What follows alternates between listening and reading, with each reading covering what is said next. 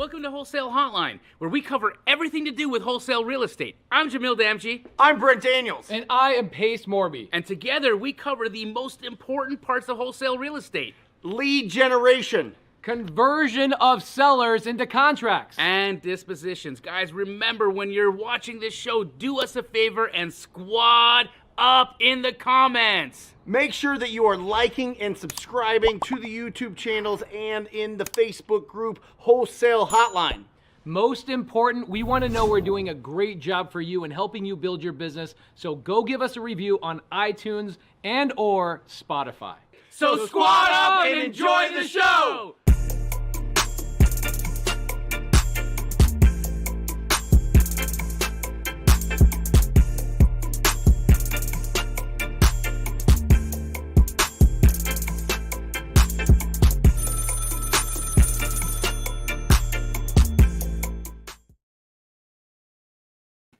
What are you going to do this week to move your business forward? What are you going to do? Who are you going to talk to? What relationships are you going to build? What actions are you going to take? What are you going to do this week? What are you going to do? There has to be a plan, because if there's no plan, you're going to end up getting stuck in education mode. Don't do it. What are you going to do this week? Welcome to Wholesale Hotline number 173. I am Brent Daniels, Mr. Talk to People, here with the king of wholesaling, Jamil Damji. How you doing, bro? You know What's what up? I really think we need to do? We need to take that initial message that you just gave everybody, Mhm. I think we need to turn that into an audio clip. And everybody should put that in their phones and wake up to that in the morning. That's it. Wake up to that in the morning. What You're are one you, conversation what are you away. going to do? You're What- one conversation away from an unbelievable opportunity. What's your name, sir? Come here, Nate. Nate, Come here, Nate. come here. Look at this. Come here, Nate. Nate's closing on his first deal. He's closing on his first deal. He hasn't closed it yet. Come here. Get in here. All right. And what are you making on that deal? I'm be making 17,000, What's the total deal size? 50,000. $50,000. Got Jamil making 17,000. Let's too. Share go. the deal. Yes, sir. Let's go. Let's go. Congratulations. One conversation. How old are you, Nate? 20 years old. 20 years old. 20-year-old. He's about to have a $17,000 wire, and his life is never going to be the same. And you got that deal from talking to a realtor at a meetup. At a meetup. At a meetup. So he went to These a guys- networking event and just, These guys have a real estate investing club at ASU. wow. How incredible is that? Wow. If you are a Sun Devil, make sure that you're reaching out to these guys. Make sure that you're showing up to these groups. Do they have to be enrolled in the college? You have to be enrolled. So if you are a Sun Devil, make sure that you connect with these guys. We'll make sure you guys come back up and give everybody your how do people find that club?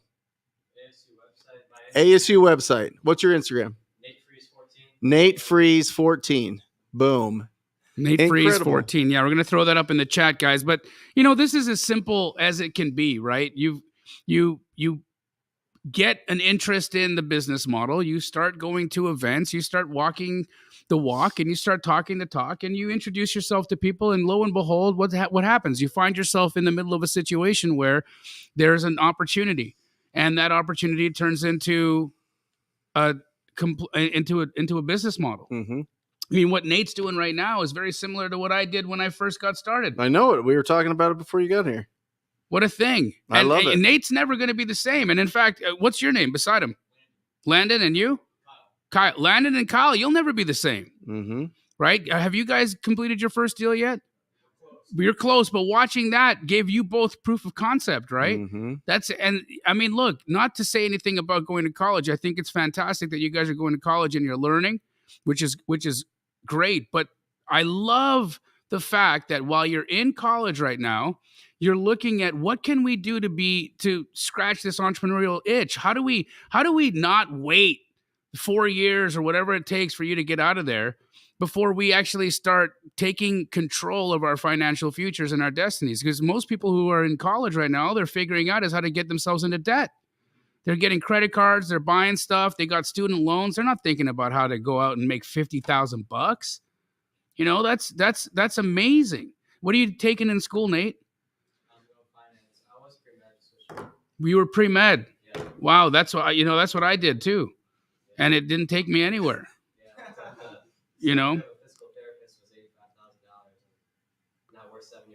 Wow, That's it. I'm proud of you, man. That's really, guys, give it up for Nate in the chat. What a cool thing. Hit that bell, man. Phenomenal. We talked to a seller in Flagstaff and got an unbelievable deal. An investor, she had owned 30 properties. She had owned trailer parks. She had owned cabins. She had owned land. She had owned all these properties. She's selling. She's going to move to San Diego. And we asked her that's what. opposite. Hey, Yeah, totally opposite. Flagstaff. Totally opposite. Yeah. Okay. Yeah, her daughter lives out there, so she's gonna do that. Yep. And we asked her, like, why not list with an agent? You know, you got all these properties. She's like, no, I'm going to sell them all myself. I was like, why not list with an agent? And so 10 years ago, she listed with an agent, one of her cabins. Okay. And they put a contractor's lockbox on it. And somehow some other people got the code for the contractor's lockbox. And she went out there with her husband and people were partying in her cabin. And so she never trusted a real estate agent ever again. Wow. And people have a real problem with this. And this is real interesting because I want to read this text that I got from a student that said, Hey, Brent, my broker said they don't want us wholesaling because it's unethical. What are your thoughts on that? I said, change brokers. Most don't understand. And he said, yeah, he was okay with flipping though. I told him that's contradictory because you still have to buy the house at a discount. He said, well, at least with the flip, you are adding value to the seller by rehabbing the house. And he says, which doesn't make sense because it doesn't really benefit the seller. I think that on a flip, he at least gets a piece of the listing. Yeah. Right? Yeah. That's exactly what it is, right? Let's be honest. Okay. Real estate brokers who understand wholesale, they also realize that it's not a commissionable event. Mm-hmm. Right? When you are a real estate agent and you're practicing wholesale transactions, you're a principal in the deal. Yeah. And what happens when you're the principal in the deal? Well, that's not a commission. You're actually buying and selling real estate and you're taking a profit from it. Right? And so again, by the way, that real estate agent who's got a realtor or who's got a broker that says no wholesale, why don't you just do transactional funding? Did you know that I started a transactional funding company? Yeah. What is it? Well, it's flipcashtoday.com. If you guys want to look, if you've got a real estate broker who's a noodle and doesn't want you to wholesale, close on it and resell it. What if you're in a state that requires a license, but you don't have a license? Close on it and resell it. Boom. So if you're living in Chicago or somewhere in Illinois where you can only do one assignment a year and you don't want to get a real estate license, use transactional funding. Look, the dollar values of wholesale deals or property in, for instance, in Chicago, right? We're talking under $100,000. That means your transaction cost is going to be $1,000. Okay. You could make $15,000, $20,000, yet there's so many wholesalers out there who are scared to go to Chicago. And not because Chicago lights up at night, but because they're scared to go to Chicago because they don't want to have to get a real estate license. Yep. Guys, look, there's a blue ocean of opportunity in Illinois. There's a blue ocean of opportunity. Look at this right behind us, right? And you go look at any market right now that has wholesale regulations. Yep. In fact, tomorrow morning, I'm going to make a post on my Instagram that's going to remind you guys of what states and what regulations are in those states. And if I was you, I would get a list in those states and I would start getting opportunities because guess what there's not in those states? Wholesalers. Mm-hmm.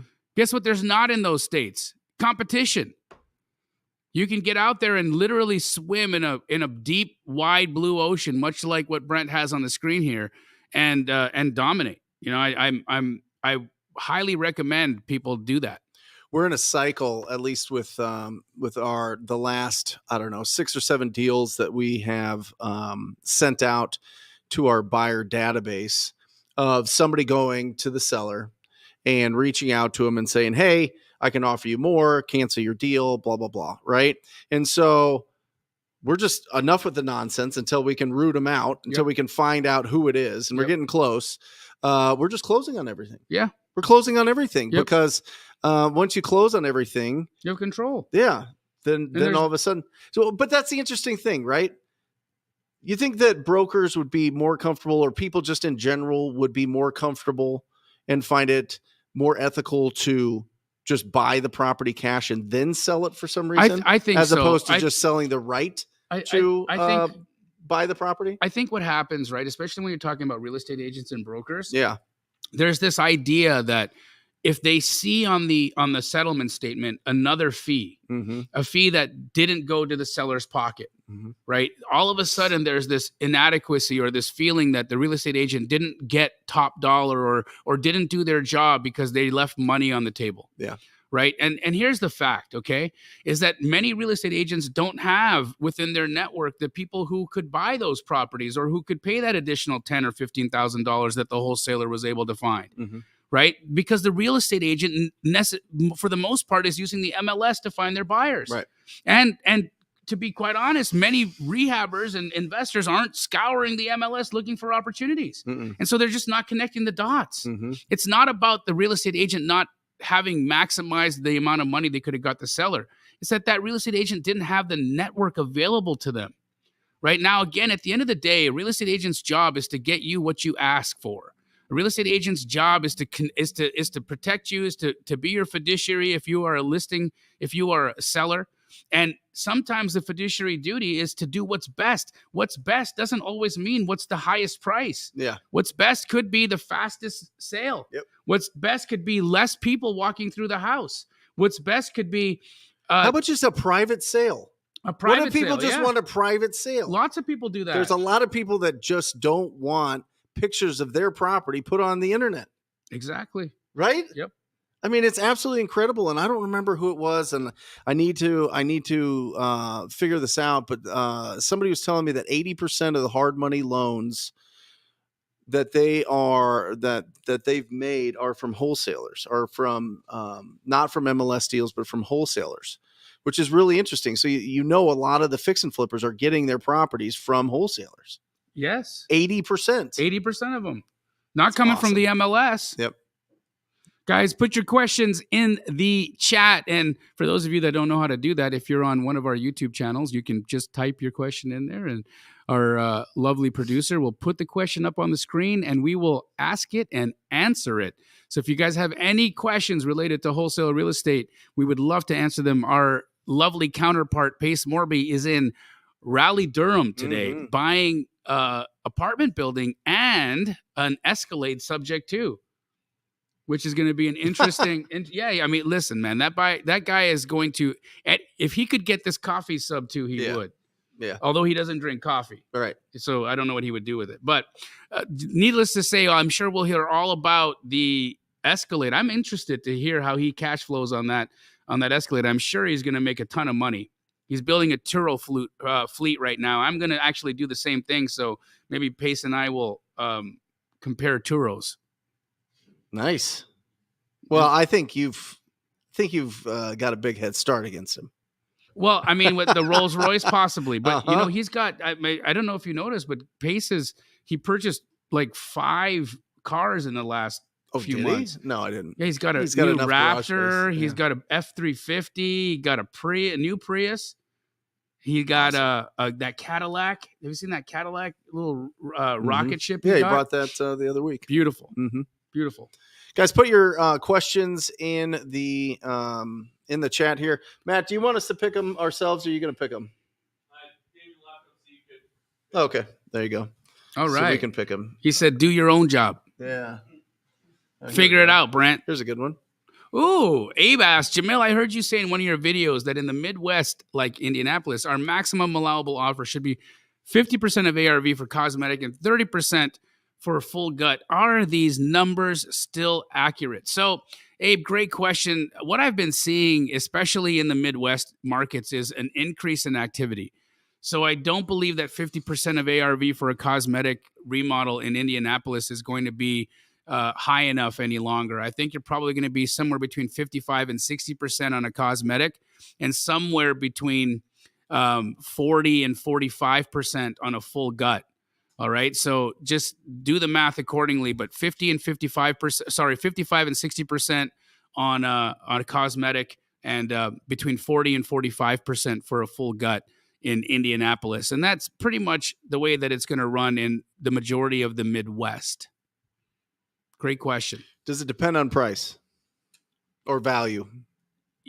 Yes. When I'm talking about these percentages, you're not in luxury, right? We're not talking big luxury remodels here. So this is typically going to be for property values $500,000 or less. But I think I don't even know if the mayor's house in Indianapolis is worth $500,000. I don't think so. No. I Not think they have a likely. cap on it, right? Yeah, They can only go so high. Yeah. That's it. What are good indicators of locations that have lots of wholesale activity going on? It's a great question. Yeah, flips, cash purchases. I mean, you could pull that information from PropStream. You could pull it from batch leads. You can go in and you could go on Zillow or Redfin right now and just look in certain areas and see, okay, how many of these properties listed look like they've been flipped, right? There's no toothbrushes there's no the bathrooms. clothes in the there's closet. No clothes. Everything looks staged. Everything looks new. Everything looks fresh. But I would say, don't overthink this part. Just go find some property owners that, have personal problems with property. We were talking about it before the show, and it's awesome having a live audience coming in before the show because it gets you all fired up and ready. But people have personal problems with their property, and our job is to solve that. So that happens in big towns. That happens in little town, big cities, little towns, whatever it is. So just take action. Just find somebody that has a personal problem with their property and have a conversation with them. And if you have enough conversations, make enough offers, you win. Yep. And if you need any help selling them, Keegley.com. Yeah. The other part though, I would say that, you can be pretty confident that you're going to be in a market where there's going to be a lot of activity if you choose markets that have populations of 500,000 or greater. I mean, you are not going to have any issues finding investors. You're going to have no issues finding buy and hold investors, rehabbers, none of that. They're all going to be active in markets that have populations of 500,000 or more. So I think if you just think of that metric, you're always going to be in a nice traffic area. Roddy says, I'm very good at identifying distressed properties while driving for dollars, but I can't seem to get in contact with the owners. Please give me something. Well, Roddy, are you calling them? Are you knocking on their door? Are you texting them? Are you writing them a handwritten note? If they're not going to answer their phone and the door is closed, you got to go in through the window. You got to find some way to get a hold of them. And so maybe try different times that you call them. Maybe try to go on the weekends and see if you could talk to the neighbors if it's a vacant property. But there's a way to get a hold of everybody. Yeah, absolutely everybody. One of the things that really worked well for Pace and I when we were out driving for dollars, we would take a picture of ourselves standing in front of the house, and then we would send it to either the email or the phone number of whoever it was that was registered to that property. We say, is this your house? If so, give us a call. And oh boy, did they ever call back fast, right? Yeah. And now again, granted, the call they weren't super happy right in the beginning. Like, who are you? Why are you in front of my house? Oh, wait. Just calling because it looks like the house is vacant. And vacant houses these days are problematic. And I'm not sure if there's somebody in there or not, but what about you selling this house? Because it looks like it needs a little bit of love. Yep. And you can de-escalate the conversation and take it from there. But yeah, sending a picture of you standing in front of the house, it works. Yeah. It sure does. How did you get their numbers? Oh, we would deal machine them or batch driven. Yep. I think right now in batch leads, actually, they've weaved in batch driven into their batch leads platform. So you can literally virtually drive for dollars just from your batch leads membership, which is pretty nice. Something just popped in my head about agents. And I think the big problem with a lot of real estate agents also is you're taught to go in there and give them your opinion of value. When we go in there, we never tell them what we think they should sell their property for. We only tell them what we can buy their property for. There is a huge difference there. Okay. If they want to get an appraisal, if they want to get an agent's opinion of value, then they should do that. They should hire somebody to be able to do that. If they want an investor to come into their house and give them a cash offer, that's what we can spend for your property. This is the offer that we can give you. It's a much different mentality. And it took me a long time to figure that out. The other piece that when I think about the way that Monique presents my offers, right? So she's a very, very proper agent, meaning that she takes her fiduciary duty real seriously. She's never going to put herself or her client in a situation where she hasn't done what's absolutely best for them. Mm-hmm. Here's how she presents it, right? She says, look, here's my thoughts about your house. Let's just say, for instance, my offer is $350,000. Mm-hmm. Okay. And she says, okay, well, I've got a cash investor right now who will pay $350,000 and he'll pay me my commission. So the $350,000 goes net to you.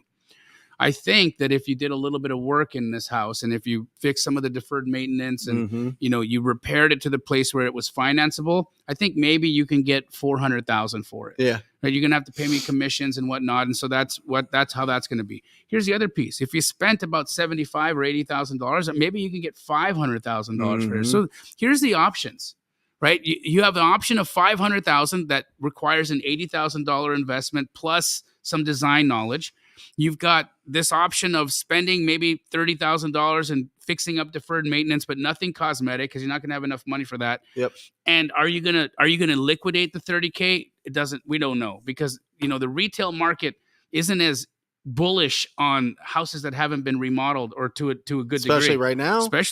7% interest. Exactly. Better be a nice house. A gorgeous house. Right area. And that's the other part, right? So sellers that have a good real estate agent that are giving them good advice, they get to make the decision. And often when the house needs a lot of work, if they don't have design knowledge and if they don't have liquid money available to them to just be able to do a renovation and connections to contractors and the fact that they can't just walk into a cabinet store and say, you know how much a retail kitchen would cost somebody to do as a remodel in their house? Like $30,000 to $50,000. And where are they going to go? They're going to go to Home Depot or some cabinet Lowe's. guy, and And they're going to say, oh, well, we can get you those cabinets in 4 weeks. It'll be 8, right? So they got 8 weeks. They got life. You know what I mean? This like holds them back from moving forward in their life. And it's almost like there's so much unknowns going on there that people are like, I don't want to deal with this. Right. You know what I mean? Yeah. Anyway, Jasmine, there was a home I wanted to put an offer on, and because I wanted to assign the contract, the listing agent asked if I was the end buyer. She said needed to find the end buyer first before I can offer. Yeah. So Jasmine, I appreciate that you had a very transparent conversation with the real estate agent and let them know what your intentions were. But I would like to say that as an investor, right, you should be looking at every offer that you write as from the point of view of an investor. Now, investors don't necessarily have to wholesale every deal. Sometimes you'll fix and flip. Sometimes you could buy and hold. Maybe you'll find a private money lender and take it down yourself and hold it in your own portfolio. There's just so many things that you can do with a property that typically investors decide during their inspection period. So wait a second. You provide transactional funding. Correct. Is that 100% of the purchase price? 100% of the purchase price. So everybody watching here is a cash buyer. Everybody here is a cash buyer. Cash buyers. Everybody here. Correct. If the deal is right. Correct. Right? Correct. So everybody here is a cash buyer. Jasmine, you are a cash buyer. You are the buyer. That's it. Okay? Make your offer as the buyer. Close on it as a transactional funding if for some reason the agent puts restrictions on your ability to assign that deal. Exactly. Right? Yeah, that's a great catch. Jasmine, I think we're getting too much in the weeds here with our real estate agents to explain this assignability situation. If you got an agent who's giving you grief about an assignability clause, strike it. Just say, okay, no problem. It doesn't need to be assignable. I can close in cash, which you can. which you can using transactional funding. We don't do a credit check. We can fund within 24 hours. I mean, literally, you would get, if you had the entire time of your inspection period to find a buyer and you find a buyer, but you can't assign it, and you let us know the day before closing that you need transactional funding, we can get your deal done. Everybody on here, it's like you're Oprah. You're a cash buyer. You're a cash buyer. You're a cash buyer. Cash buyer. Everybody You're is a cash buyer. Here, and I think that this is the Rhino's a cash buyer. That's it. Look at him, the tiny one. Jasmine, I think, you bring up a really great point. Everybody has to understand you are a cash buyer. The industry is set up for us. It is set up for us. It is. You're pouring the income that you've made over years and years and years into a fund to be able to provide transactional funding for everybody on here. Yes. Because I see the regulations are going to continue coming. Of course. And as wholesalers, guys, we need to step up our game. We can't just walk around with the same antiquated tools that we had 5 years ago, where we're constantly begging for earnest money or asking real estate agents to defer when earnest money is due because we're so broke, right? Or not being able to close on a transaction because we don't. Guys, this is 2023. You've got Gator lenders in the chat. I bet you there's 100, 200 Gator lenders in the chat right now that would be willing to lend you EMD. You've got Jamil over here who is willing to give you transactional funding on any one of your deals. Why are you still walking around like you can't perform? Yeah, let me just explain this. If you have a deal that is $200,000, okay, and you have a buyer that wants to buy that deal from you for $215,000, what Jamil is saying is Jamil will wire in to the title company and the closing attorney $200,000 for your purchase of that property. In the same day, your cash buyer is going to send in $215,000. Now, are you going to incur some we charge fees? 1 point. Yeah. Okay. That's so it. $2,000. So now you've got $13,000 that you get to keep from this, and it closes on the same day. He wires it in, gets it back, gets $2,000. It's a beautiful business, by the way. Yeah. Beautiful business. But now you have, and what's your capacity? We have 20 million. 20 guys. You need to imagine. You not even imagine. You need to understand. You have $20 million backing you. $20 million backing you. But I've never done a deal before. Doesn't matter. It doesn't matter. But I live in Connecticut. Doesn't matter. But I live in Texas. It don't matter. But I'm so scared. I've never thought that big before. It doesn't matter. We got you covered. He's got you covered. Transactional funding. Change the go in with confidence and certainty that you can close these deals. That's it. Isn't that great? Let's go. Yeah. Let's go. Absolutely incredible. So there you go. Everybody's a cash buyer. You're all the cash buyers. Yep. Are you traveling? So we're headed to Boise, Idaho. That's right. Yes. On June, I believe it's June 11th to 14th. Pace and I are at the Circle with Brittany Arneson and AJ Osborne. Yep. It's going to be a very, very good event in Boise where, AJ and Brittany are incredible. We've had Brittany on the show here before, and they are very, very heavily into the self-storage world, right? There's a lot of money to be made in self-storage. In fact, I've never done a self-storage deal before, personally. I've never done one before. I invested with Andrew Abernathy, who builds Class A all the way up. Yep.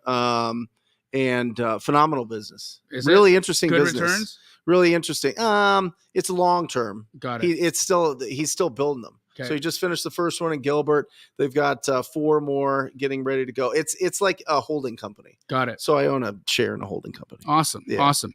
Yeah. I mean, so it's patient money. It's patient money. It's long-term money, but great depreciation, I'm sure. Great, great long-term benefits. So phenomenal. AJ asks, what are the pros and cons of being a licensed agent while being a wholesaler? By the way, Kansas City and DFW. AJ, I've had a license since 2004, and having access to the MLS is awesome. I think being able to say that you're an agent to other agents It's very disarming. it really helps out. It really helps that conversation go a lot smoother, but it's not necessary. You never needed a license to be able to do it. But I'll tell you what, if I had been able to introduce myself as, hi, I'm Jamil Damji with Keller Williams. I'm just looking for an opportunity. I mean, immediately I would have had easy alignment with the real estate agent. They would have been disarmed and had no problems about dealing with me or wanting to hear what I had to say. Right. So there was another thing I wanted to just say here, guys. And when you guys are talking to real estate agents, I want everybody to start taking into consideration, how are you presenting yourself when you're talking to these people? Because y'all are selling yourselves to agents when you're the buyer. What are you doing that for? Right? Why do you come off to a real estate agent like you're trying to convince them to do business with you? You flip that around, right? If you're going to embody the mind of a cash buyer, meaning that you've got $20 million in an account ready to deploy, which you do, every one of you. All What's 500, the site again? flipcashtoday.com. flipcashtoday.com. Every one of you has access to $20 million in funding right now. Every single one of you. So what type of person, how do you talk when you got $20 million in the bank? How do you approach real estate agents, and what tone? Not being a mean person, but in how confident are you when you call an agent knowing you've got $20 million to buy property? How confident are you when you call them? That's it. Right? You can listen, I can write a check here and close this house. Let's talk about price. Right? You should have the confidence of somebody who's got $20 million backing you, because every one of you do. Yeah, I remember when I was starting out, my first 3 deals, I went and I brought them directly to the cash buyer as an agent. So he paid me 3%. And I said, well, how do I get the big checks like you? He's like, well, do you have the money to buy the properties? I was like, no. He knew that. Right. And I was like, he was kind of, he was putting me down. He was pulling the big guy card. And I was like, no, I don't. And then I talked to a buddy of mine, Gus, who had a transactional funding. Yeah. And he's like, I'll fund 100%. And I was like, what? And it was like, yeah, I'll give you 100%. As long as it's a deal, I'll give you 100%. Right.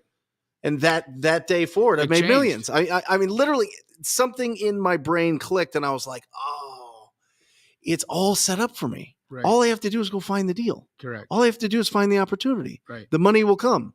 Because we are getting discounted assets. We are. So the risk for the lender is very low. So you've got so much pulling for you. You got so much wind behind your sails as a wholesaler. It's absolutely incredible. And it feels like a cheat code. And a lot of people think it is a cheat code. They're like, how is it legal?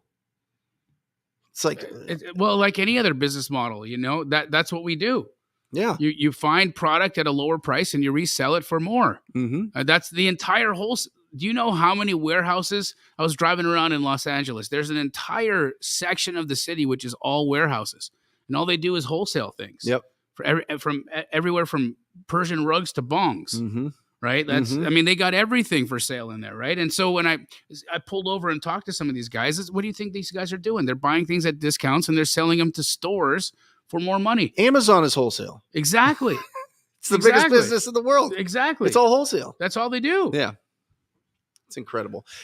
Here's what will stop you from having confidence. This will slow down your confidence, is not understanding values, not understanding how to comp the properties, not understanding how much to offer on those properties. That's what's going to stop you, because when you bring something that's not a deal to a transactional funder, they're not going to give you 100%, because they're going to tell you that it's not worth that much. Right. They're not comfortable lending that much because it's not a good deal.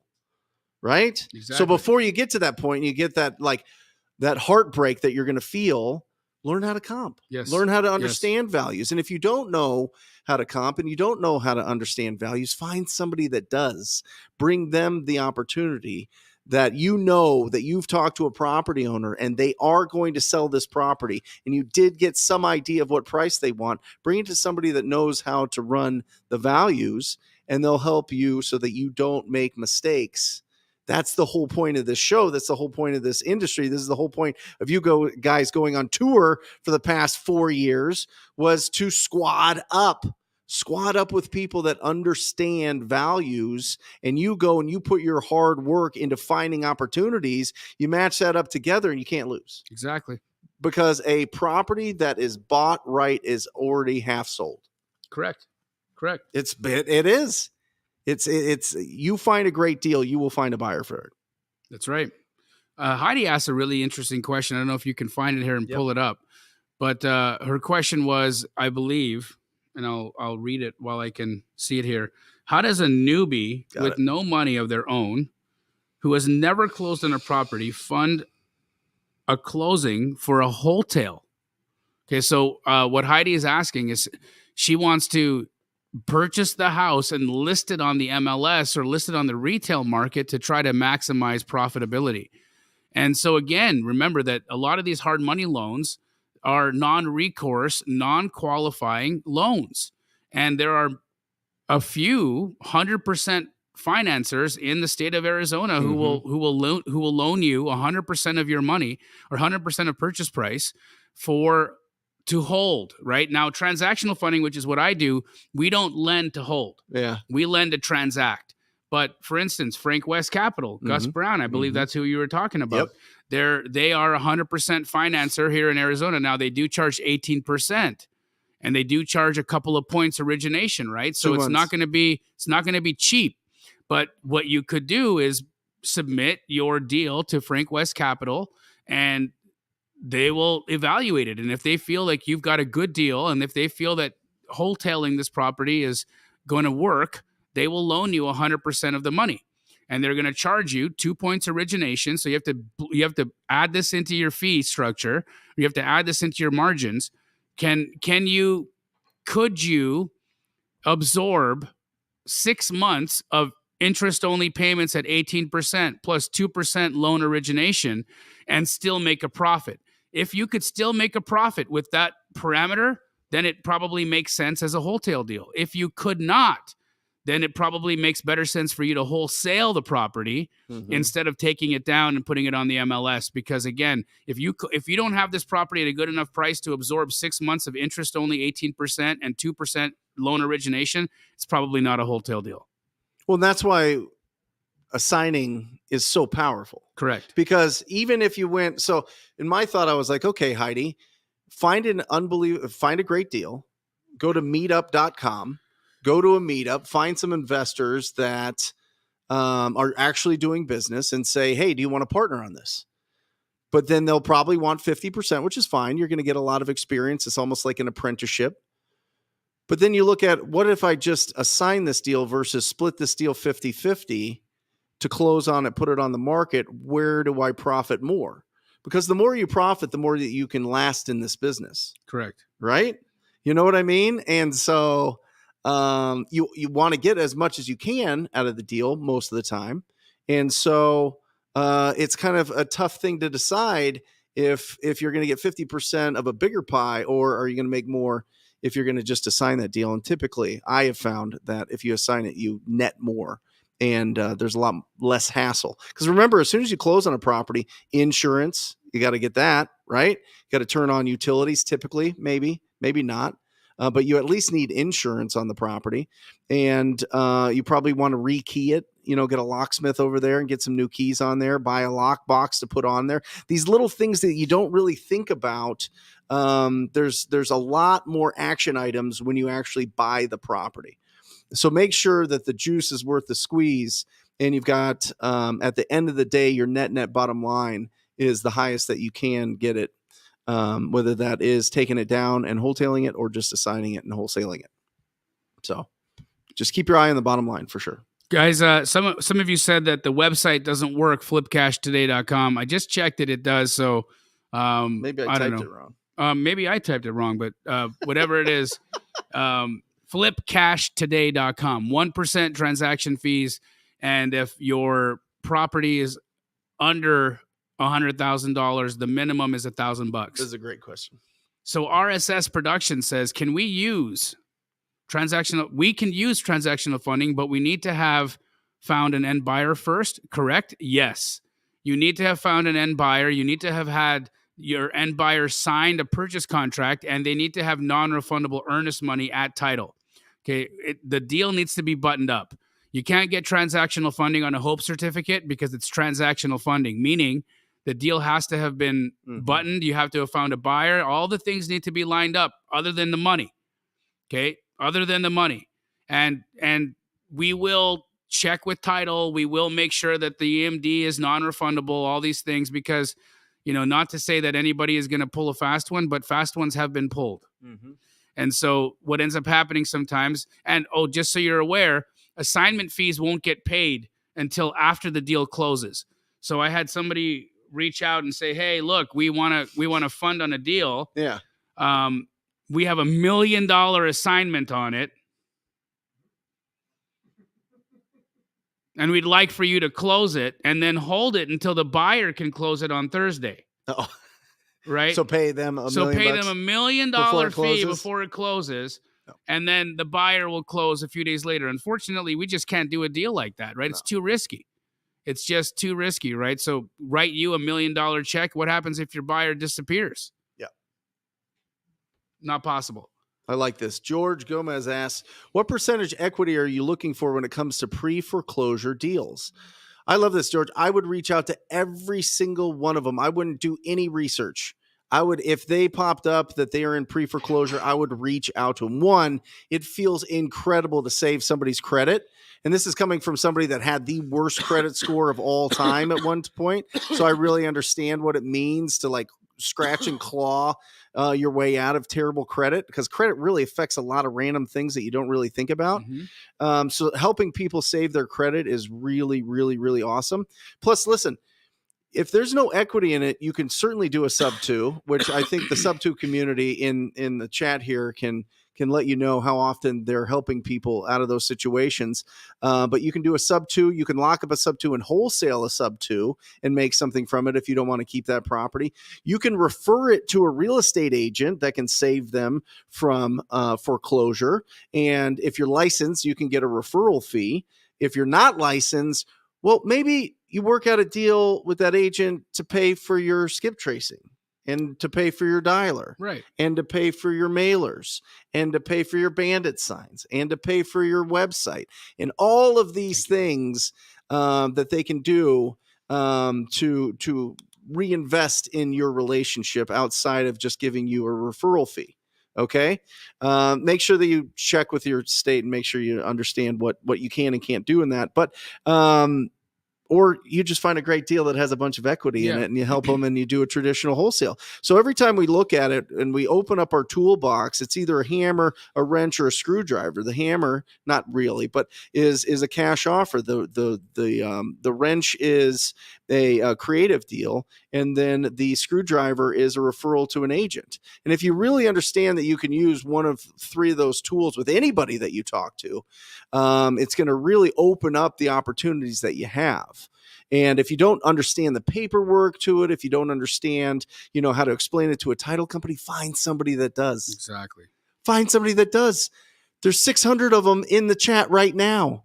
Find somebody that does. Somebody is working in your market that'll help you out for your first couple so you understand the process. Yes, sir. And once you do the process, it's just rinse and repeat, rinse and repeat. It's the same thing over and over and over. And you would be surprised and shocked how much title companies want to help you get your deal across the finish line. Oh, my gosh. I mean, look, I do a show every 2 weeks with Dina Jones from Fidelity National Title. And guys, look, Fidelity first and foremost. Are you working with Fidelity at all? Yep. Fidelity Title is national, right? So the reason we do this show every other Thursday is so that, you make friends with or connect with an investor-friendly title company before you start writing offers. There's nothing worse than I get a DM from somebody that says, hey, I'm in a wholesale deal, but unfortunately I used the seller's title company because I didn't have one. And now the title company won't allow me to assign or do a double closing or anything like that. And so it becomes problematic and, creates issues for you. So you definitely want to make sure that you've got an investor-friendly title company in your back pocket. And if you don't have one, email titletalk@fnf.com. Titletalk@fnf.com. And Dina Jones will connect you to an investor-friendly title company or an investor-friendly fidelity office anywhere in the country. What a thing. For real? Yeah. What is that again? At Title Talk, so TitleTalk That's at awesome. fnf.com.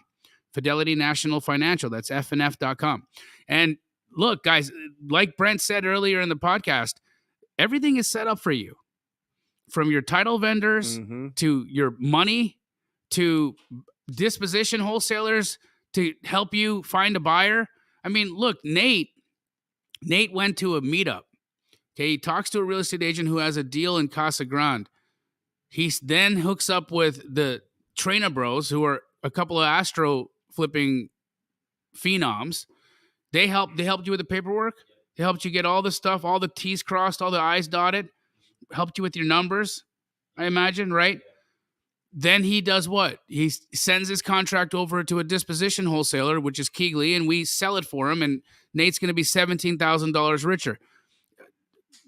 Quite, that's pretty incredible, right? How many different people were available to you to help you along to get the deal done? It's like the entire thing was just set up for you, right? What a cool thing to be able to walk into.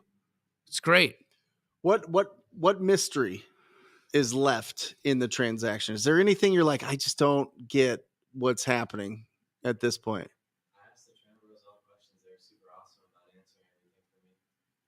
And you split the deal with them? Yeah. How much are they going to make? 17. So any questions you had, you asked them. But now, is there any mystery? Now that you're going through it and you're closing your first deal on what, the 13th? Yep. What is there something that you're like, I just don't understand this part? I feel like I could do it all myself. You could do it all yourself after your first deal. Mm-hmm. Absolutely incredible. That's awesome. Yeah. What KPIs should wholesalers set for themselves when they go direct to seller? What KPIs should wholesalers set for themselves direct to seller? It depends on what you're doing. Are you going to be marketing or are you going to be prospecting? So marketing, people call you, prospecting, you call them. Great. You want to track your contact rate. So how many people do you call to get a contact? Okay. How many contacts do you need to get a lead? And how many leads do you need to get a closing? Okay. And then, so that's kind of the broad strokes of that. And then you have to understand, from the buyer side, what percentages they're buying at. But that's really it. How many people do you need to talk to get a lead, to get a deal, to get that closed? That's really it. Keep it real simple. And usually it's 1 out of 200. 200 Yep. people that you talk to that own a property that needs some love, that needs some renovation, should do a deal, right? So, yeah. So anybody out there, if you're wondering, oh man, how many people do I need to talk to? 200. Talk to 200. Talk to 1,000 people before you hire somebody. How about that? Did you talk to 1,000 people before you hired anybody? Oh my gosh, bro! I talked to thousands of people before we hired somebody. Right. It's at the end of the day, you have to really understand what you're doing before you try to bring somebody into your world and try to pay them to do it.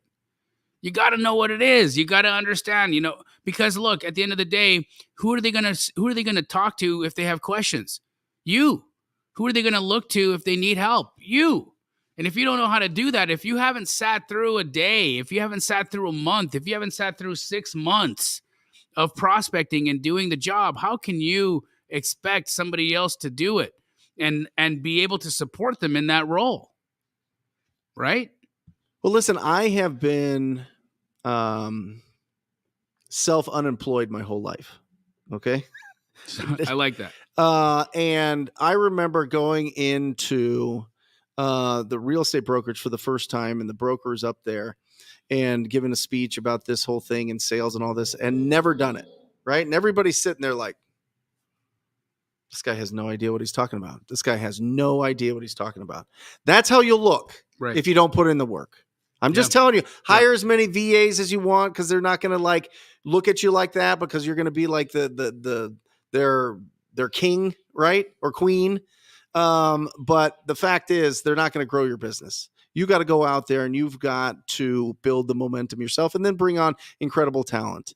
And the more confidence and the more certainty you have and the more that you're closing and you're going to stay, your posture is going to be taller. You're going to have more electricity in your voice and your eyes, and people are going to want to be around that. You're going to be a magnet for it. And you're either going to have some unbelievable partners and then be able to grow a big, huge company like Keegley, or you're going to be able to bring in really unbelievable talent with people that you know, or that people that are just interested in what you do, and you're going to be able to grow a real business. And it's awesome. Yep. And it's awesome. OG Candy Mac, happy birthday. Everybody give OG Candy Mac happy birthday. Happy birthday. In the comments section. Absolutely awesome. That's a great name, OG Candy Mac. OG Candy Mac. And this is the absolute truth. I love it. Jay says, once you get your first 5-figure check, shiz gets real, and the fear turns into frustration. Ooh, the fear turns into frustration. What's the frustration? From not getting it as fast as you want, or not having more of them come through? Yeah, I mean, listen, what did Alex Ramosi said? Goals are just something that you want, and you've made an agreement with yourself that you'll be unhappy until you get it. That's true. Right? So maybe that's the frustration there. Yes. That's built into that. I don't know. This one's for you. Yeah, LaShawn Williams asked, what adjustments need to be made for lot size? If my subject property has an 8,000 square foot lot and my comp property is a 13,000 square foot lot, how do I make adjustments for this? So, LaShawn, I can't give you the answer to that until you tell me what price point your property is in, but I can give you the math, okay? If the property is over $500,000, okay, so if you're talking luxury property over $500K, the difference there, that 5,000 square feet difference, is going to be pretty substantial. Under $500,000 though, okay, so if we're talking about starter homes or the first time homes sort of property here, that's going to be much less of an implication. So for every 2,500 square feet, okay, for every 2,500 square feet of lot, under 500K is worth about $10,000. Okay, so this would be, if this property value is under 500K, the additional 5,000 square feet would be worth around $20,000. Yep. Okay, now as you're going above $500,000, it's 20%. Okay, so for every 2,500 square feet in lot size, you're worth about 10% more. Yep. Right? So again, if we're talking about, for instance, in my neighborhood, a half-acre lot is worth almost $900K, 8 to $900K, right? Just because of that lot size, right? Yep. So it has a lot to do with the price points of the property, LaShawn. But if it's under 500K, 5,000 square feet, it's going to be worth approximately $20,000. Yeah, it's real interesting. We run across that a lot. You know, when you catch somebody that's in a corner lot and they're like, oh, this property's worth so much more because it's, a corner lot. It's a corner lot and it's got, it's 15,000 instead of 6,000. And yeah, there's a premium, but they're not getting double. No, no. And unfortunately, sometimes a homeowner is misinformed, or they believe the house is worth tremendous amounts more, but it's not. Well, the best is when they're like, well, you could just split the lot. Right. Right? You could just build another house on this. Yeah, the back of it. You can just build a house on top of the house. Yeah. Of course, I can just put a skyscraper here. Look at Dimitri. Dimitri is crushing it from Belgium. Does deals. He does 100 deals a year in Florida. Yeah, he's great. He's great. Absolutely incredible. We met him at the summit, and a great friend of the show. Both this show and my Wednesday live show on my YouTube channel. I bought a handmade rhino from the Maasai tribe in Kenya while being on safari and put it here at my home desk. Yes. Phenomenal. I bet it's better than this one. Well, it's not handmade by the Maasai tribe, bro. A Maasai boy, you know what he does to become a man? Wrestles a lion. What? That's what a Maasai does. Look it up. Oh my gosh. Look it up. That is awesome. That's what a Maasai does. I'm going to take my kids there. Wrestles a lion. Toughen these kids up. Wrestles a lion. Soft kids. Love it. How many franchises you got? 118. Is there any states that you don't have a franchise? No, sir.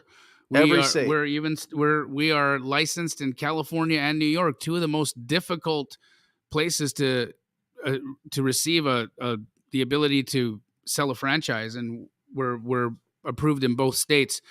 The beautiful part about it is we made the Entrepreneur Magazine's top 500 franchises. Yeah, Come on. Yeah, we're actually we're really high up on that list. I don't know the exact number, but it's phenomenal. I'm very proud of the results that our franchise team and the corporate team that supports the franchises are doing. It's incredible. Yeah, it's really neat. That's incredible. Haroon Mula asked, at Jamil Damji. It's a great name. Yeah, it's great. What is the best market to start wholesaling? I'm based in San Francisco, and I feel it is not as easy as other places. Haroon, I want to remove a limiting thought in your mind, okay? I've got a very, very incredible community of Astro Flipping students that are smashing it in Northern California. Reach out to Jonah Korchin, reach out to Tyler Wanaka, talk to them, ask them, Angelo Ferrari, ask him, Eric Pinuelos, ask him.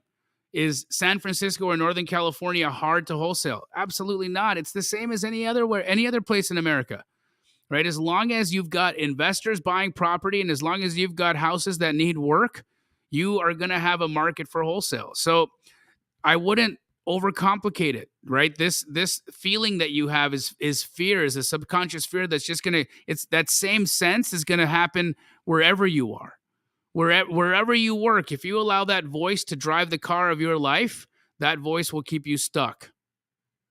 So Haroon, I would say, smash through that wall, smash through that limit, because San Francisco is a phenomenal place to do wholesale deals. Northern California is popping. Yeah, I talked to one of my Rhino Tribe members, Mike, in San Francisco, and he's like, I need to figure this thing out. I only did 10 deals last year. And I was like, okay. What'd you make? And he's like, 718,000. And I was like, do you want to teach the class or do you want to do a mini course? Like, yeah, I mean, I mean, the deals are just bigger. I mean, there's just bigger deals. I mean, bigger price points mean bigger deals. So Jonah Korchin's in the chat right now. Haroon, if you're in the chat, go hit up Jonah. He's in the chat right now. Talk to him, ask him how scary it is out there. He'll be honest with you. In fact, he's always looking for people to join him and squat up with him. So maybe the two of you can be friends. I love this guy, by the way. Mm-hmm. Have you met Joel yet? I don't know. I don't know that you have, but bro, I don't know. This Where guy, does he live? I met him in, I think it was Houston, Texas. He's been on this show for years. Oh, he's phenomenal. Yeah. He's such a sweetheart. Yeah. But this little guy will pick your ass up. Mm-hmm. He will lift you over his head. He is strong as an ox. I'm not kidding you. Really? Yeah, he's wonderful. Tough. I accept your challenge, Joel. Okay. Anytime wrestling match. He will lift you up. He'll lift you up. He already did. He will WWE shoulder press your butt. Okay. Awesome. Best way to use title companies to find us deals, buyers, private lenders, etc. Love title companies and the relationships with the long-term ones as they want long-term business. Idea. Yes. The number one thing to do for title companies is to give them files, deals. Yes. That's all they want. That's it. Yep. I am telling you, you consistently bring your transactions to the same title company and escrow officer, and they will open up all the doors. And that's why I think it's powerful. I saw that somebody didn't have a great experience with Fidelity. There's a lot of Fidelities, guys, and a lot of them are run by different people and managed differently. And it was saying something about he was making too much money and they didn't want to do the deal, so they had to close. Is that happening in some states? I mean, are some assignment fees too big that they're like, look, you can't do it? We were just involved in a deal where we're a local lender. I mean, we had a nice fee on our HUD, and the hard money lender says, "Oh, Keegley's making too much money, so we're not going to lend that. We're not going to lend all of the money. We want the borrower to come down on their LTV, right?" Well, it just so happens that there's a lineup of other lenders who wanted to do that deal. but title companies. Have you heard of that? I've heard of some title I'm sorry, I misheard you. No, it's yeah, some title companies will have 120% rule. Okay, so if your assignment or if your resale is 120% of your acquisition, they may have a problem with it. Yeah. Okay, but that's a lot.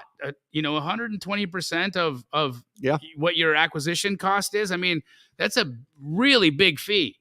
So it could be possible that they have an issue, but it's very rare that you're going to ever do a deal where you're going to have an assignment fee that's 120% of your purchase price. But they would close it on a double close or a transactional funding or something. You could know transactionally fund that thing all day long. Yeah, they just want you to close it and then resell it. They would even be okay with you double closing it. It's the assignment that they have the problem with. So again, guys, remember you have $20 million in your back pocket. Why are you acting like you're broke?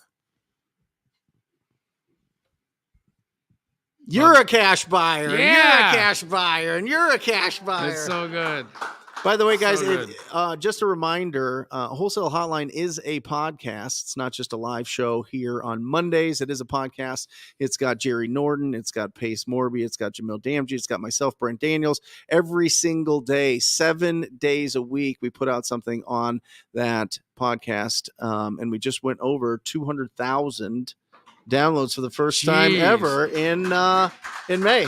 That is For bananas. a month. Yeah, absolutely bananas. That is bananas. 200,000 So thank of you guys are downloading this podcast. Who are you? Thank you.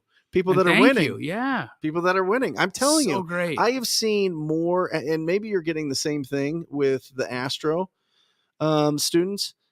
More people have texted me and posted to our Facebook group of the deals that they're doing right now than ever before. True. It is bananas. People are closing more deals left and right. It's crazy. I don't know if like the interest rates went up and all the people that were just kind of like, 1 foot in, like totally bounced. But I feel like it's just wide open. This is the best year we're having. We calculated. And this is self-reporting, so we don't even have all of the Astro community report. Yeah. But for quarter one, the Astro Flipping community did over $13 million in assignments. $13 million. That's awesome. That's crazy. Bananas. That is crazy. And that's what you did last month. No. I'm not joking. Absolutely incredible. Remember, guys, if you're just jumping on here now, give them the website again. Flipcashtoday.com. That is your transactional funding source. If you guys aren't walking around like you've got $20 million in your back pocket, you do now. You do now. Okay, flipcashtoday.com. We can be your transactional funder. 1%. That's it. 1% of your acquisition cost, and we will close your deal for you, and so that you can get away from needing an assignment, so that you can get away from having to worry about this whole, I don't want to tell the realtor I'm a wholesaler, or the realtor won't let me wholesale this. Whatever it is, just start behaving as a buyer, because you can be the buyer. Mm-hmm. I love this. Untethered Property AR LLC says, Brent, Jamil, we appreciate you both for tonight's episode. Money bag, flying money, money bag. In the past, those are emojis. I'm just saying it for the crowd because you guys can't see it. In the past, you have stated new wholesalers should do a few deals before they level up. Could you please tell us more about that? I love this. Yeah, so go ahead, because I want to understand what they mean by level up. I think that what they mean is buying rentals, developing property, or hiring a team, expanding your team, fixing and flipping. I think that that's what people think by leveling up. Let me explain my opinion on this. Finding discounted properties is the foundation of your real estate journey. Finding opportunities. That's it. That's the foundation. That's all wholesaling is, essentially, is finding opportunities. And so if you use wholesaling as the foundation of your business, and then you build systems in your business to then bring other talent in to replace yourself in each part of your business, it frees you up to go out there and be an actual investor. You use this machine that you built as a cash machine, and then you go, and instead of going crazy, go crazy as much as you want, but then settle down. Okay. And then start buying assets and start buying something that is going to build wealth as opposed to just make you rich. This business will make you rich. It'll absolutely make you rich. It made him rich and wealthy because he was able to franchise his idea, which was absolutely incredible. But that's not the typical route that we have. Most of us have wholesaling businesses that nobody's ever going to buy from us, typically. So we've got this business that's just going to give us a bunch of cash, and then we go and put those into properties, right? And what happens is, when we have the opportunity to build a machine, over that experience, over that time of building that machine, we get to see everybody else's mistakes. True. We get to see everybody that gets caught when interest rates blow up by 1% or 2% or 3% or 4%. We saw a lot of flippers in our market lose all of their profits in 90 days. Okay. We've seen ourselves when you were developing. I lost over $500,000 in the market turn this year. I lost $1 million in a day. It felt like a day, but it was probably like 90 days. Wow. For real. Yeah. When I was in my 20s. And so you get to experience all these things, and you don't have to pay the stupid tax because you're almost like a voyeur. You're watching everybody do their things and seeing what's working. And you get to pick which model that you like the best, which is incredible. So if you want to go and buy a bunch of rentals, you got to see the best people that buy rentals, because guess what? They're buying properties from you. Yes. Right? Yes. How many properties have you sold to like the Zach Keeps and the other people that are building huge portfolios in town, right? Thousands. Right. But you get to see the properties that they pick and understand and get a front row experience on making sure that you're picking the right properties. Yep. Okay. And then, so you get to, do you want to fix and flip? Are you creative? Do you want to do really cool Airbnbs? That's cool. Do you want to do multifamily or single family houses? You get to see all of these investors, and you get to see all the mistakes that they make, and you get to pick the best path that you want to follow. And that's why I think doing wholesale deals to level up is critical. But I don't think that you should do that until you build a business that runs without you. Because what happens is you try to do wholesaling and flipping and rentals and development and all these other things. Spread out, too thin. You're chasing 4 rabbits. The other part is, I want to remind you that the wholesale business, again, my wholesale business, just the one corporate store, okay, will do just under or near or over $1 million a month in assignments. Just the corporate store, okay? So think about that. How many rentals do I have to own to bring in $1 million a month? Oh, $1 million a month? Yes. Oh, geez. I don't know. 500 million? I mean, just too many. I mean, it's a lot. Not if you own probably 100 million if you own them free and clear. Right. But if you had leverage on, probably $500 million. Guys, that's what blows my mind. I get 40 to 60,000 a month after taxes from my wholesaling business. Do you know how many? How many rentals you'd need to own to do that? Come on, bro. I mean, unlimited. Literally, you probably need to have $20 million worth of rentals to bring home, and after tax, to bring home that kind of money after tax. Yeah. It's crazy, bananas. Yeah. And it would take you decades to build that. Oh, yeah. You couldn't just... Keegley was built in 6.5 years. 6.5 years. You can't accumulate that many rentals and create that kind of a cash flow from buy and holds that way. It's a cheat code. This is what it is. Build this thing up and then go put it into assets. I think that's what's really exciting. We get excited because we want to own property. We want to be real estate investors. We read Rich Dad Poor Dad, and Rich Dad went and bought all these properties. He had a ton of businesses getting him to buy those properties. You know what I mean? Yeah. And whether or not that's even a true story or whatever else, it doesn't matter. It's just understanding that if you have this cash machine coming in, you can constantly be putting it into assets and building long term, as long as you're disciplined. And I think building an actual business and understanding the ebbs and flows of that business is going to make you a better investor.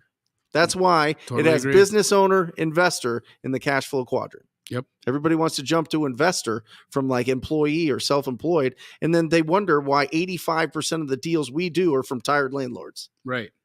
That haven't repaired those properties because they don't have the money to. Exactly. I like Charles Madden's question. I'd like to get both of our take on this. because he wants a very streamlined question Look that's at that doggo. that's non-noodle. That's do you see me and Grant talk about noodles? Mm-mm. Mm. What's a noodle? Go watch the episode. Okay. I mean, you're sitting right next to me. Okay, it's a person. It's somebody who's limp. Got it. Who won't. And I mean that in a non creepy way. Okay, I mean that in like somebody who has no stiffness, who won't stand up for themselves, who won't show up for themselves. Got it. Right? They're just like they just flop around in life. Yeah. That's a noodle. Got it. Yep. Okay. What constitutes a deal? Can we outline the basic principles in a nutshell without all the middle ground stuff? Just a point A, point B, and etc. Thanks. By the way, don't be a noodle. LOL. Don't be soft. Okay. Here's a deal. All right. You go and you talk to an investor and you say, hey, I want to find you a deal. What are you looking for? And they say, I'm looking for a property in zip code 85012. I want a 3-bed, 2-bath, and I want it under $300,000. And then you go into that zip code and you find every property that you possibly can that fits that criteria. And then you try to have a conversation with the property owner. Now, the more that those properties need renovation, updating, upgrading, the better. That's where you're going to actually provide value to the property owner and to the person buying that property.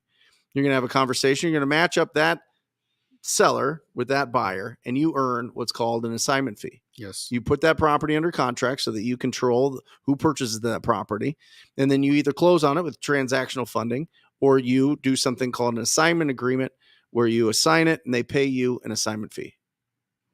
Man, that was great. That was great. Guys, give it up for Brent. That was probably one of the most succinct definitions or explanations of what a deal looks like start to finish. Charles, I just want to give you one little piece because I think what Brent did there was fantastic, and there's no point in me trying to do anything better because it's impossible. But what I want to highlight is when you say what's a deal, I'm going to just tell you about identifying the opportunity. Okay, because if you want to know what constitutes a deal, it's a property that has some potential in it. Okay, I don't overcomplicate it any more than that. Does this property have potential? What could that potential be? That potential could be redevelopment. Mm-hmm. That potential could be in adding value or renovating it. That potential could be as a possible rental, right? So what you need to do as a wholesaler is you need to be able to identify what's the play. What's the potential? How can somebody make money on this property? And if somebody could make money on that property, you have in your hands a potential wholesale deal. That's it. So you have to be able to identify where there's opportunity. If you can identify where there's opportunity, you can do this business without really needing anything. Just having the eye for looking for that potential opportunity, and it'll make you filthy rich. Mm-hmm. Who determines the value in a property? The buyer. The buyer, Charles. So what constitutes a deal? Whatever the buyer says. That's it. So you got to find out what they want to buy and then just reverse engineer it. All right. I like this real quick. Michael says, so you should wholesale everything the first year. What if you found a really, really, really good investment opportunity? Still wholesale. I think about this all the time. I really do, Jamil, because there was a couple of them that I was like, wow. There's a couple Haver homes that I wholesaled that I got at just silly prices. And this is just for me, Michael, but it's not time management. It's not priority management. It's not energy management. It's attention management. And I know that as soon as I buy a property, if it needs a lot of work, if it needs redesign, I'm gonna go down that rabbit hole and I'm gonna be real distracted. My attention's going to be off it and I'm going to get real excited about it. And it's going to pull me away from the boring stuff that I have to do every day. And listen to me, building a successful business is super boring. Like once you get it rolling, It's super boring. And what happens is, as entrepreneurs, we're like, I hate being bored. So let me go do something that's exciting. And then all of a sudden you stop doing the boring stuff and your business fails. Exactly. Or starts going down. Exactly. And so I know with myself, if I find this really great deal that I'm going to keep as a rental, it better be ready. It better be ready to go. And I don't have to do much to it or I'll get real distracted. The other piece too, Michael, is when you get those really, really, really sweet deals, man, do you know what that does to your list? Do you know what that does to your buyers? Mm-hmm. You know, they I'll tell you what, we get good deals every day, right? But I mean, some of those home run deals that are just like Nate's deal, for instance, right? One of those just fantastic deals where you get to make a pile of money on it. Right? Those opportunities. Think about it like this, right? When your buyer sees that deal come through and they call you and you got 30 people blowing your phone up and everybody's like trying to get the deal and you got to tell 29 people that the deal sold. That's the best day ever. The best day because you sold it to the first person who pulled the trigger and got it done. And then you have 29 other people who are like, don't sleep on this guy's deals. Don't sleep on his emails. Watch his emails. Pay attention to this person. He sends out great opportunities, and I'm so mad I missed it. So it's very good to get those great deals and send them out and let somebody buy them because it trains your buyers to know that you're the real deal and you actually bring phenomenal opportunities to the table. I never want to keep those. I always want to sell those guys. Mm-hmm. Ooh, I just don't like there's something to be said about sitting on a Saturday afternoon with your significant other and just not thinking about business. You know what I mean? And then when you have an Airbnb and that ding happens from your Airbnb and somebody doesn't like your front doormat, this has happened. Yep. This has happened. And they have replaced your front doormat. And oh, by the way, you don't have the proper cookie sheets. Right. The same text. How do I use this remote? That's the best one. Can you help me turn on my TV? There's just something about just completely turning your brain off and just chilling. Yeah. Right? Yeah. You just need to. Of course. And every time I have too many rental properties, something happens. Time. And I'm like, I just can't, I can't turn this thing off. I gotta make calls. I gotta text. I gotta do this all the time. It's 7:47 on a Saturday night. I should be making out with my wife. Right. But instead you're talking to somebody about cookie sheets. She was managing it. And then it's like, oh man. Yeah. Anyway, how many comps are needed to constitute a deal / determine strong ARV? Is one enough? Well, we're going to have different opinions on this, but in my opinion, okay, I think that finding one solid maximum comp, an anchor comp that's within 90 days of sale, to me, that constitutes your high comp, and that's the one I use to market my properties. I think when you start trying to find three, especially in a market like we have right now, where there's not a lot of sales happening, where there's not a lot of recent sales happening, you're trying to find three comps to determine value. I don't think that that's really realistic. And I think that when buyers do that to you, they know damn well that the high comp is going to be the one that actually gets used by the appraiser, but they're using a blend of three so that they can drive your assignment fee or your sale price down. All right, that's one of the oldest tricks in the book from one of these rounder buyers to try to trick you into using a blended comp so that they can drive your ARV down so that they can get a better price. But they're going to absolutely use that high comp when they're marketing the property and when they're pressing an appraiser to establish value. You think they're going to send a blend of three? Absolutely not. They're going to send that high one. Yeah, as long as the floor plan is somewhat similar, or you know what I mean? Like it's not 2-story versus 1-story. It's not some crazy 1970s designed house versus a 2004 house type of thing. You know what I mean? If they're similar age and similar construction and similar floor plans, 100%, you need one for sure. Yeah, I one always comp. use one. One If there's comp. one, we're using that one for sure. Exactly, That's the high end. And I really like using pendings right now. The properties that Yeah. are under contract in this market are showing us really what's going on. They are actives and pendings. Actives are not, you can't use those, but they tell you where the market is trending. Right. And pendings are tell you where the market is. Mm-hmm. So they're very important to look at. Love it. TP asks, how do you convince officials in county who run the water utility center to release public record information regarding water turnoff in the last 30 days of a district? They don't allow it here. I don't know in other. They do it. They do it states. in certain counties. Yeah. It's not. Is it county? Is it state? Is it I utility believe company? It's county-wide. Yeah. Or it's probably a city, right? So I know the city of Phoenix won't give you a water shutoff but list. they will give you the code violation. They will give you code violations, which and is hand in hand. Yeah, really. they're pretty similar. But TP, I don't know if I should call you toilet paper or TP, but maybe I don't know. Maybe your name is Tyler Perry. I don't know. I knew it. Right? What's up? Right? When's the next Medea coming out? Uh-huh. Anyways, truly though, this is something that's going to be city specific. So if you're really interested in a water shutoff list, then find a market that allows those and work that. Awesome. Ray Santos. Guys, can you touch on how to actually manage the cash that comes in the business, not to overpay yourself, not forget about taxes, and know how much to reinvest in the business? What a great question. I'll let you go because I'm gonna rant. Yeah. So Ray, I am a very conservative person.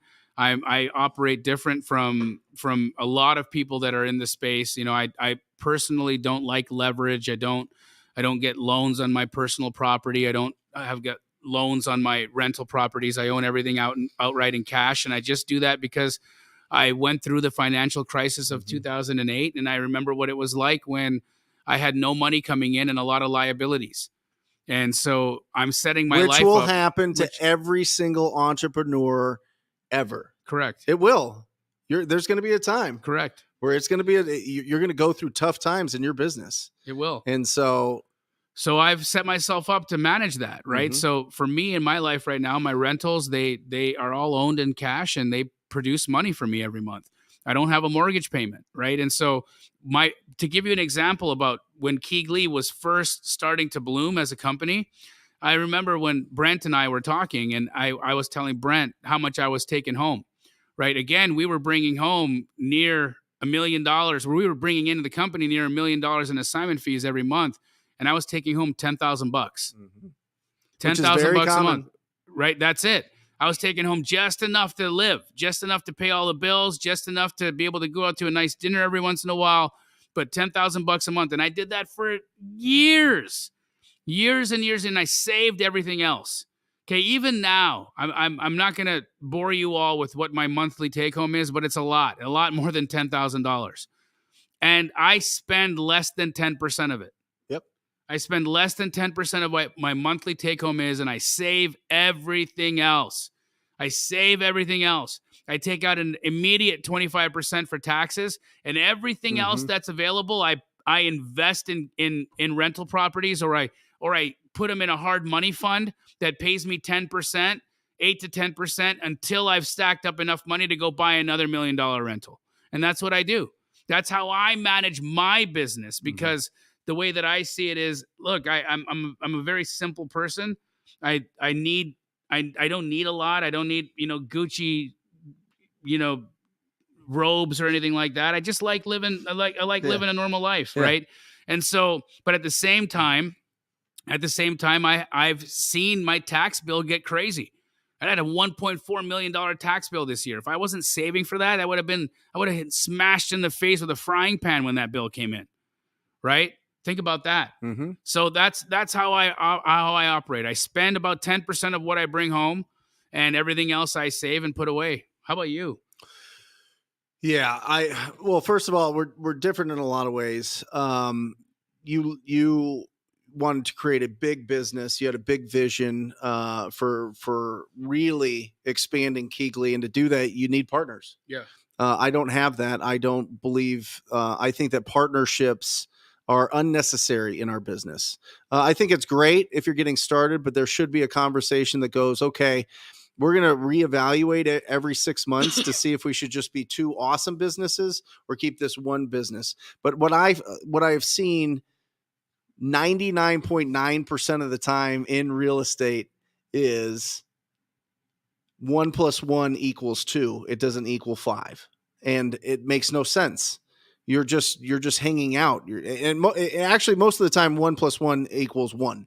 Right. Because one person is the engine of lead generation and the one really bringing in the money, and the other one is the one that's taking care of the transaction. You can get somebody to take care of a transaction for $250. Right. All right. Most people get partners because they can't hire people, and they shouldn't hire people until they get their ball rolling. All right. And I don't care. I have had partners that are my best friend. I've had a partner, Dustin, for a long time. And once we split, all of a sudden my income doubled, his income doubled, and businesses just went crazy. So number one thing I would really caution against is partnerships. Number two is if I keep 90 days of operating expenses in an account, everything else I take home. Everything. And I don't even see, I used to just take it home, set aside a bunch for taxes, pay the big tax bill. Now I don't even see it. I'm getting taxes pulled out before I even see it. I have it set up because I just don't want to go through that whole thing where you're sitting there on $2 million in an account and you're like, oh, I could lend this, I could do some stuff. And then all of a sudden you're like, wait, I got to pay taxes. Yeah. So I don't even see it now. So it's after tax money that comes into the account. And I scrape everything over 90 days. And I try to take as much as possible. And I would tell everybody that you need to, it's income minus profit equals expenses. And let me explain. If you think it's income minus expenses equals your profit, you're going to let your expenses balloon as soon as you start getting big deals. You're going to see $50K in your account for the first time. You're going to lose your mind. You're going to see $100,000 in an account for the first time. You're going to really lose your mind. And then all of a sudden you're going to hire people that you don't need, that don't really have talent, but are really cool and really awesome. But right. And then all of a sudden your expenses are going to balloon up and the profit going home is going to be way down. But if you keep, and not only that, but if you don't have something sexy as your profit that you want to take home, you're going to get distracted. Yeah. And you're going to start 17 other businesses, or you're going to start doing all this other things, and then everything else is going to just fall apart. All right. Like, take the money home, make it something crazy. Make it like 25,000 that you want to take home every month, 30,000, 50,000 every single month. And until you're there, you're not going to start any other businesses. How about that? And then it's going to make sure that you're disciplined with your expenses, because if it's income minus the money you take home to put into the assets, like we talked about, but you're going to pay so much in taxes. Yes. Let me explain. You are going to pay taxes. They will tax you when you die. They will tax you when they're going to tax you. There is no avoiding it. It is the rent that we pay to live in this country. And unfortunately, the more value you provide, the more taxes they're going to take from you. You know, it's interesting because Grant and I got into a scuffle when I was on his podcast, right? Because I told him I had a $1.4 million tax bill this year, and he says I got a $275,000 refund. Yeah. Right. Just like that. Yeah, right? sure. And so I thought to myself, okay, well, you got a $275,000 refund. That means that you showed a lot of losses, right? If you showed a lot of losses on your tax return, that means that you've got a lot of liability. And if you got a lot of liability, if, you know, tomorrow morning you can't, for whatever reason, earn. If tomorrow morning, or for whatever reason, your tenants can't pay. If tomorrow morning a hurricane comes and blows through one of your properties, but you still owe the mortgage company, because look, a hurricane hits a multifamily in Miami, for instance, and guess what happens? You think the mortgage company is like, hey, Hurricane Heidi came in and blew this property over. You don't worry about the mortgage payment. We know you can't make it. You think that happens? No. But if all of your tenants, the insurance money will come right away. Oh, it doesn't come right away. Can take years for those to come in. Right now, all of a sudden, you don't have the debt service to pay. Look, this is how I went broke in 2008. I didn't have the debt service because the lending changed. The bank changed the rules on me, and then I didn't have the money to pay the rules that they changed midway through the game. right? And that's how it works. Yep. So I went broke. I lost everything. $12 million disappeared in months. Mm-hmm. Can you imagine making $12 million and in a matter of a couple of months, it's all gone? That's what happens when you mess around with leverage and leverage comes and bites you in the butt. And you have to look at your family. It's terrible, dude. Terrible. Cash. I love it. Last question here, and then we'll wrap it up. If you guys could go back to like 18, 19, 20, would you FHA house hack to like start building your asset portfolio? Question is, if we were 18, 19, 20, would we house hack to start building a rental portfolio? No chance. Not a chance at all. Yeah, because for me, not that there's anything wrong with it. There's a lot of people who house hack and they pay their living expenses, and it makes sense. They're in a fourplex or whatever. They got 3 of the units paying for their 1 unit, and that's cool, right? Does it make sense for some people? Absolutely. Did it make sense for me? No way, right? Because this is how I was living. I didn't own my first property. I didn't own the house I lived in for quite a while. I was paying dirt cheap rent. And I was bringing home a lot of money, and I was still paying dirt cheap rent. And I actually rented right up until the house I live in right now. I was renting, right? And I have no problem with that because I had no liability. I could de-escalate my quality of life if life changed for me. I could escalate my quality of life if life got better for me. But whatever it was, I was like, until I can buy my house outright, I'm just not going to worry about needing to go and put myself in this big loan. Mm-hmm. So I think, everything works until you get punched in the face, right? Until something happens and one of your tenants stops paying, until you get a fire in a unit because, somebody decided to cook meth in your kitchen, right? These things happen. You've got no idea what people can do and how people can be. Just look at any of these wholesale deals. Look at the pictures in any of these wholesale deals and look at how people live and determine whether or not you'd want them as one of your neighbors in your house hack. People have that. When's the best time to plant a tree? It was 20 years ago. When's the best time to buy real estate? 20 years ago. That's total bullshit. There are right times to buy real estate. And when you're talking about getting an FHA loan, that means that the property is going to be in good shape, which means that you're probably buying it retail, right? And then you get a nice payment on it and your friends or whatever, like cover the payment. And you're putting all this together and you're living and you're doing that, but you have to think about this property. It's now your responsibility. You just talk to one person at a meetup and the deal is worth $50,000. Do you know how much rent your homies have to pay you to get $50,000? Not only that, look at the amortization schedule of a typical 30-year loan. You're paying off the debt is maybe a couple grand a year for the first 20 years. You're going to be hundreds of thousands of dollars in interest. And right now we're not in a tremendously appreciating market. So now you've got a responsibility. You're stuck with this thing. Right now, at this point, you could move anywhere. You could live anywhere. You could do this business from anywhere. You could experience the world. You could live in Shanghai and do this business. You could live in Singapore. You could live in Athens. You could live in Rome. You could live anywhere, right? But you have a property, and you've got this responsibility. It's kind of anchoring you down. You know what I mean? And so it's just a different thought. I think that you could build an incredible business, stay focused, pay rent for a bit, and then buy a property that you really like later on after you're getting incredible amount of passive income. Yeah. From your business, I mean. That's it. That's it, guys. That's it. Wholesale hotline number what? 176? 173. 173. We've been doing this 173 weeks. Yep. That is so long. It's incredible. It's been an honor. Wow. You're the best. Wow, guys. Incredible. Awesome. Thank you guys for tuning in. Thank you guys, live audience. Thank you guys. We love you guys. Live show on your YouTube? Yeah, so I will be not live this week. Okay.